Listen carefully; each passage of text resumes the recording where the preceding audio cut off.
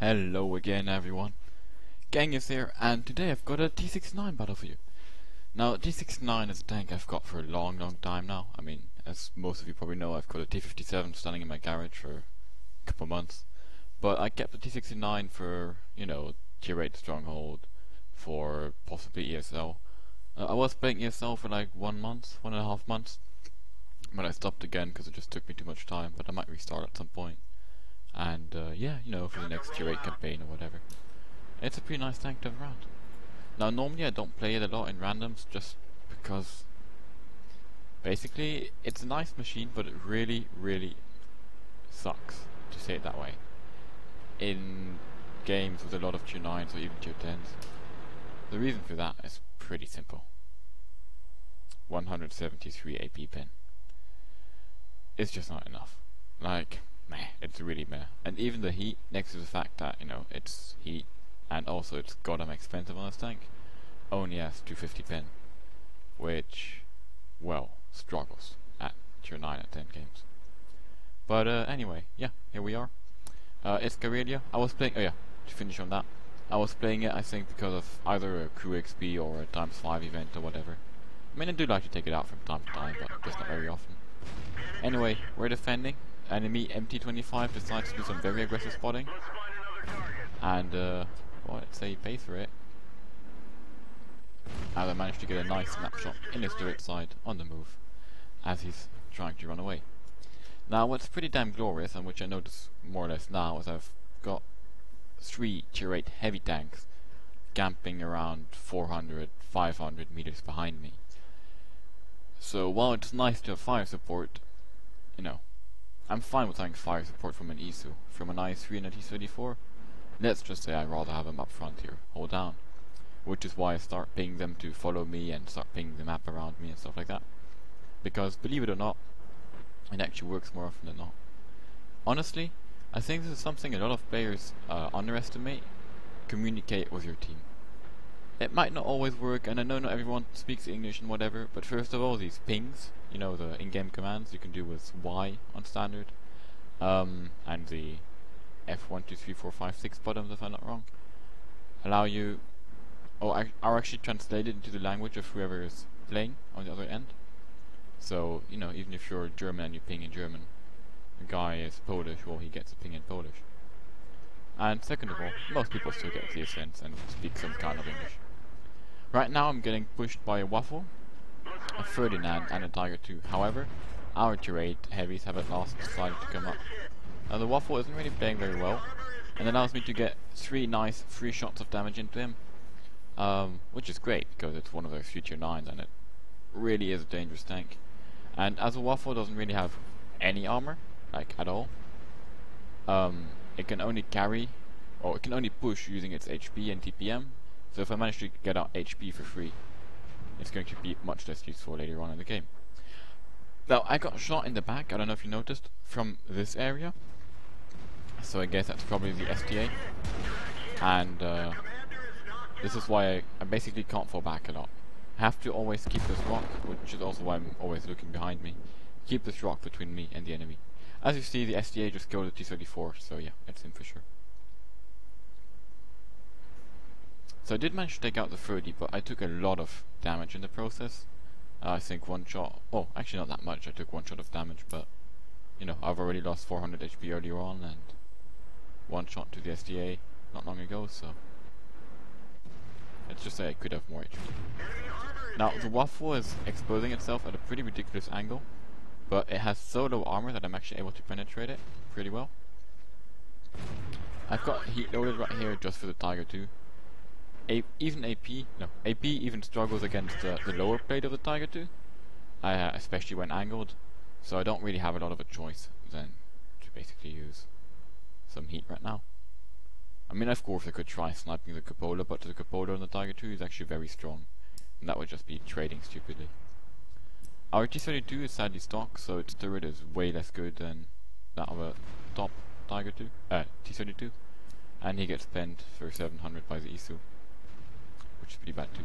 I see the Waffle drop down, and I'm wondering if he's going to push around or if he's just falling back.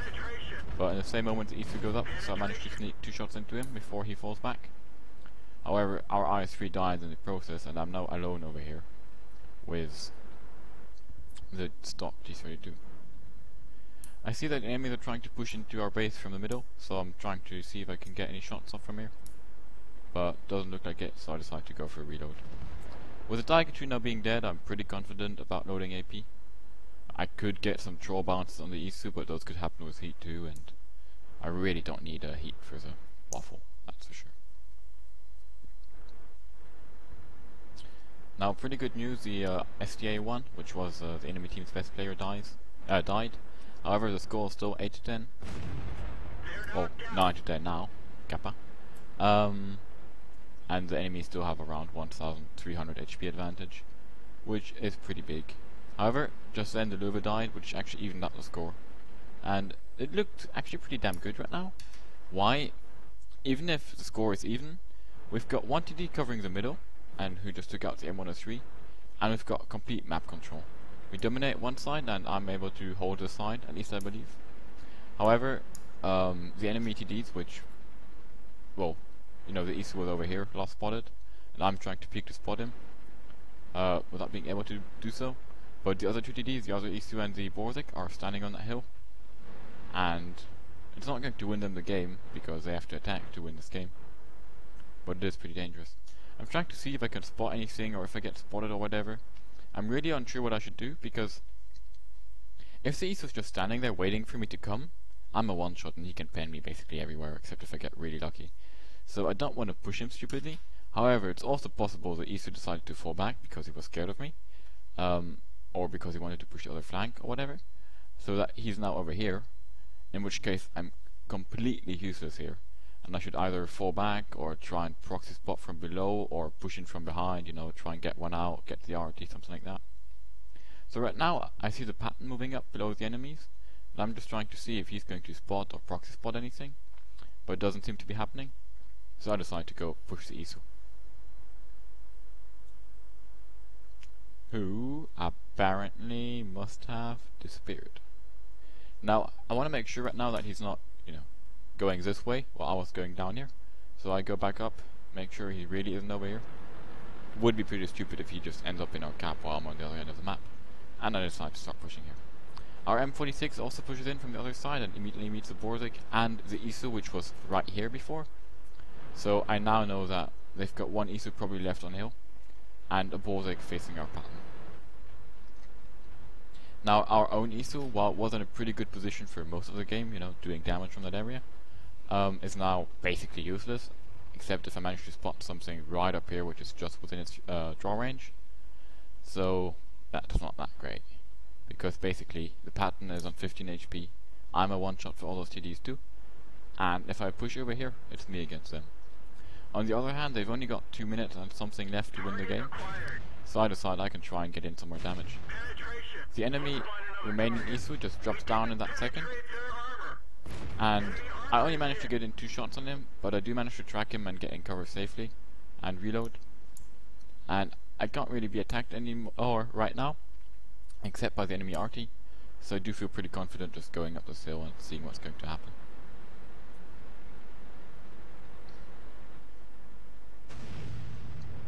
Now, this is really important. RT just shot here. This means that RT is not, contrary to what I expected, in this area, nor is it, for example, down here hiding behind a rock, because it couldn't shoot right there.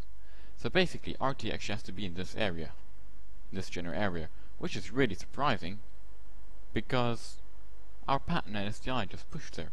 So either just relocated, maybe I'm wrong and it's standing like there, and managed to just sneak a shot over here. I don't really know.